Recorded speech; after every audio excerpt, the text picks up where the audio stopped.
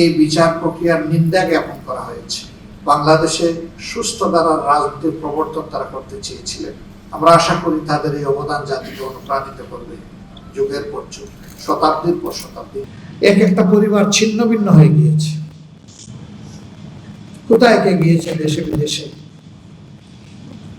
হিসাব পাওয়া কঠিন, এরকম অবস্থা।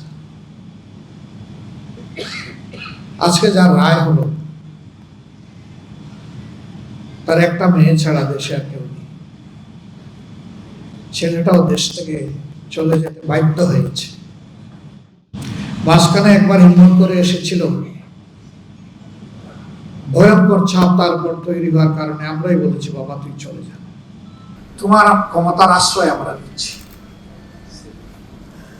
সম্মানিত ভাইয়েরা, সেফ হোমে নির্যাতনের পাশাপাশি মিথ্যা সাক্ষী দেওয়ার জন্য লোকদেরকে ধরে এনে সেফ হাউসে রাখা হতো, যাত্রাবাড়ির একটা ঠিকানায়। এই সব কিছু তখনকার মিডিয়ায় উঠে এসেছে। সারা বিশ্বের মানবাধিকার সংগঠন, বিবেকবান রাষ্ট্রনায়ক মানুষের পক্ষ থেকে এই বিচার প্রক্রিয়ার নিন্দা জ্ঞাপন করা হয়েছে। স্পেশাল এনভয় পাঠিয়ে তাদেরকে স্বচ্ছ বিচারের জন্য অনেক পরামর্শ দেওয়া হয়েছে, কোনো কিছুই কানে তোলে, কারণ তারা জানত স্বচ্ছ বিচার হলে ফোন করা যাবে না, কারোর কথা তারা শোনে। হ্যাঁ, আমাদের নেতৃবৃন্দ চলে গেছে, সেই নেতৃবৃন্দকে হয়তো এই দুনিয়া আমরা পাবো না। আল্লাহ তাআলার দরবারে দোয়া করি, আদালতে আখিরাতে একই সাথে যেন আমাদের হাসর হয়। সম্মানিত ভাইয়েরা, আমাদের প্রিয় নেতৃবৃন্দ এবং আমরা এই দেশকে ভালোবাসি, তারা ভালোবাসত,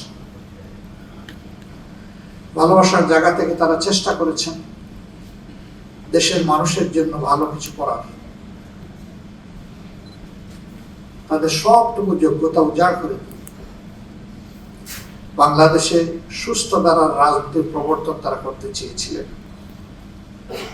শুধু বিরোধী অবস্থানে রাজপথে নয়, সরকারের ক্ষুদ্র অংশ হওয়ার পরেও সেখানেও গিয়ে তারা চেষ্টা করেছেন সরকার ব্যবস্থাপনাকে ভালো করা যায় কিনা। 2 জন মন্ত্রীর 3টা মন্ত্রণালয়, আপনারাই সাক্ষী। আল্লাহ তাআলা এই বান্দাদেরকে বিশেষভাবে সাহায্য করেছিলেন। তারা সততা এবং স্মার্টনেসের সাথে পুরা সময় জুড়ে তারা তাদের দায়িত্ব পালন করে এক বিরল প্রমাণ বাংলাদেশের জনগণের জন্য রেখে গেছে। সততার নজিরবিহীন উদাহরণ তারা রেখে গেছে।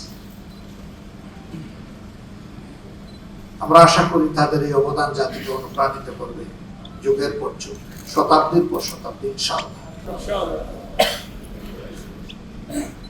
সম্মানিত ভাইয়েরা, আদালত পরিচালনা করতে গিয়ে কি হয়েছে আপনারা দেখেছেন। আল্লামা দিলওয়ার হোসেন সাঈদী, তিনি শুধু জামাতে ইসলামের সম্পদ ছিলেন না, দেশের মানুষের সম্পদ ছিলেন না, তিনি ছিলেন বিশ্বের বিশ্বাসী মানুষের সম্পদ। তার সাথে কি আচরণ করা হয়েছে আপনারা দেখেছেন। তার এই মামলার ব্যাপারে সঠিক কথাটা বলতে সাহস করে, কিন্তু আইনজীবীর গাড়ির দরজা খুলে সেখান থেকে তাকে কিডন্যাপ করে নিয়ে যাওয়া। আগে বাংলাদেশের আদালতের জীবনও কখনো এটা করে।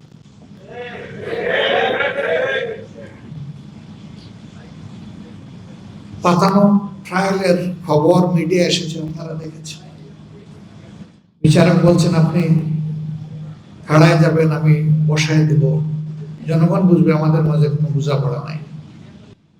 আমরা চাইব আমাদের সমাজ দুর্নীতিমুক্ত হোক, দুঃশাসন মুক্ত হোক, অপরাধ মুক্ত হোক, বৈষম্য মুক্ত হোক, কল্যাণধর্মী সমাজ হোক, মানবিক সমাজ হোক। সেই সমাজ পরিগঠনে আমরা আপনাদের সাহচর্য, বন্ধুত্ব, ভালোবাসা, সমর্থন, দোয়া আমরা কামনা করি।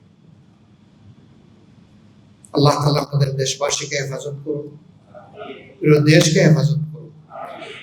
এই দেশের স্বাধীনতা এবং সার্বভৌমত্বকে আল্লাহ তাআলা অক্ষুণ্ণ রাখুন।